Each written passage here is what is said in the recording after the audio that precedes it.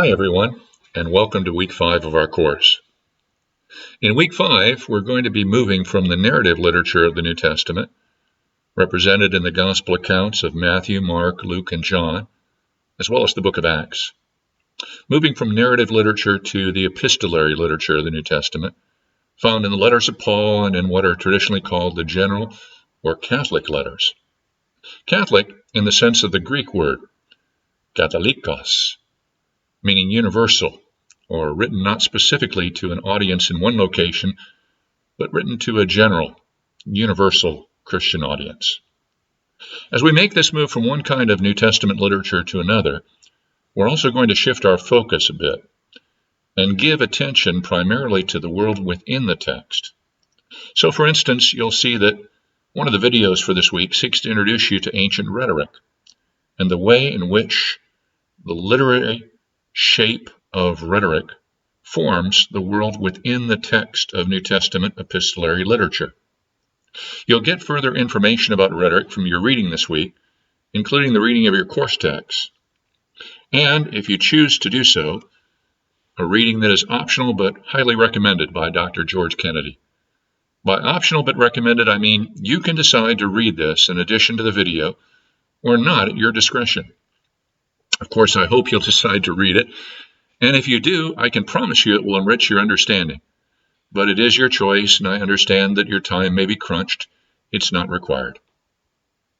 So why begin our look at epistolary literature with 1 and 2 Corinthians? They're neither the first nor the last of Paul's letters, but Paul's Corinthian correspondence is a special interest of mine.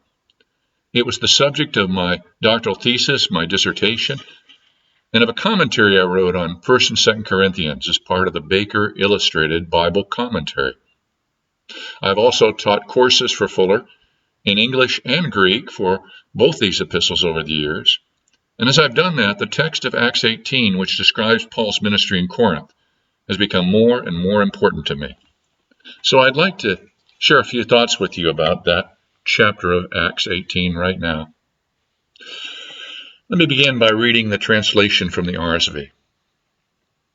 After this, Luke writes, Paul left Athens and went to Corinth, and he found a Jew named Aquila, a native of Pontus, lately come from Italy, with his wife Priscilla, because Claudius had expelled the Jews from Rome.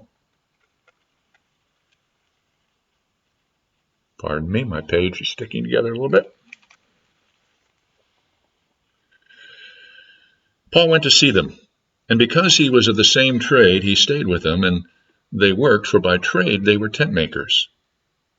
And he argued in the synagogue every Sabbath and persuaded Jews and Greeks. When Silas and Timothy arrived from Macedonia, Paul was occupied with preaching, testifying to the Jews that the Christ, the Messiah, was Jesus. And when they opposed and reviled him, he shook out his garments and said to them, Your blood be upon your own heads. I'm innocent. From now on, I will go to the Gentiles. And he left there and went to the house of a man named Titius Justus, a worshiper of God, whose house was next door to the synagogue. But Crispus, the ruler of the synagogue, believed in the Lord, together with all his household, and many of the Corinthians, who heard Paul, believed, and were baptized.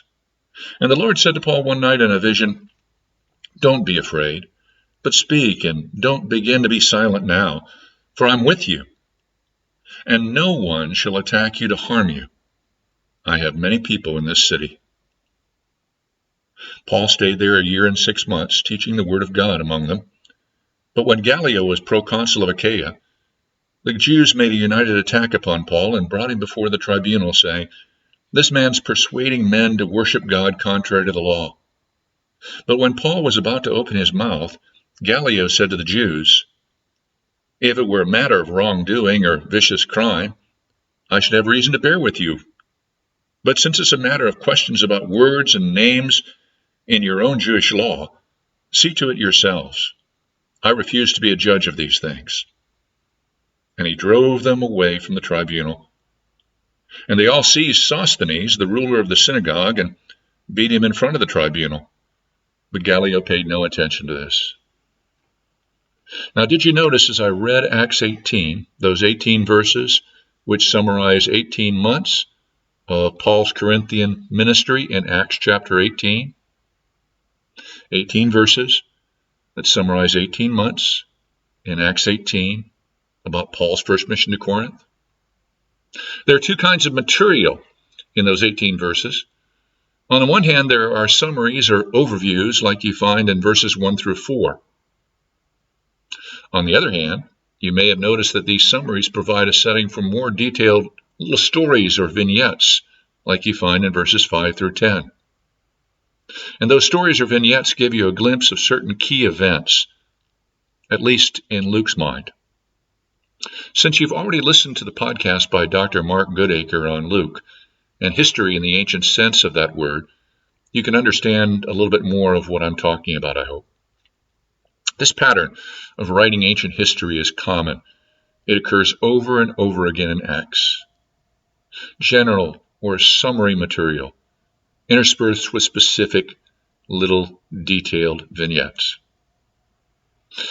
Now, here are a few things to notice in Acts 18 that we can find in the little stories or vignettes and in one of the summaries. Notice how the material that we can find, if we look carefully, provides important and in some cases unique information about Paul's ministry in Corinth. Here are the examples I'm talking about. First of all, in verse 11, we learn that Paul's ministry in Corinth lasted for a prolonged period of time, 18 months, as I've said. That's a contrast to all of the other previous stops, as they're so-called, on his first and second missionary journeys. The only other place where Paul will minister for a longer period of time than 18 months is on his third missionary journey, when he stops for 2 years in Ephesus, where, by the way, tradition says John the Apostle also lived and worked. So scholars have noted, as I have too, theological or conceptual connections, and even occasional verbal connections in terms of words and phrases between Paul and John that both share. We'll notice more of these as we go through the course. Second thing to notice about Acts 18, verses 1 through 18, is how it tells us that Paul's ministry in Corinth resulted in a mixed church of Jews and Gentiles, including important individuals from both those ethnic groups. For example, Crispus, the ruler of the synagogue. This is the only time we hear of the conversion of a ruler of the synagogue in all of the book of Acts. And Titius Justus, a Roman name, probably an important Roman, or at least a person of some wealth, since his house is large enough to hold meetings after Paul leaves the synagogue. A third thing to notice in these 18 verses, Paul's ministry in Corinth, following his hearing before Gallio, leaves behind him a church free of worry of persecution. And by the way, Gallio is a known figure in Roman history, whose term as proconsul we can date precisely between AD 50 and AD 52. We can do this based on secular sources. And being able to do this shows us again where the history in Acts can be tested against outside sources. It's almost always proven reliable. All three of these observations about Acts 18 form important parts of the background to the understanding and interpretation of 1 and 2 Corinthians, in my estimation. In addition to the pieces of information we gain from a careful reading of Acts 18, I also want to share with you a couple of other videos this week. Both of them will help you visualize Roman Corinth in the mid-1st century AD, when Paul lived, worked, and ministered there, and the context in which the Christian community was born and continued to exist. It's great having all of you in this course with me. And remember, if you want to be in conversation with me about any part of the course at any time, you're welcome to do that. Just email me, dr_Jim_Davis@fuller.edu. We can email, we can text, or we can set up a time to talk on the phone or face-to-face in a video conference. I hope you enjoy this week of the course.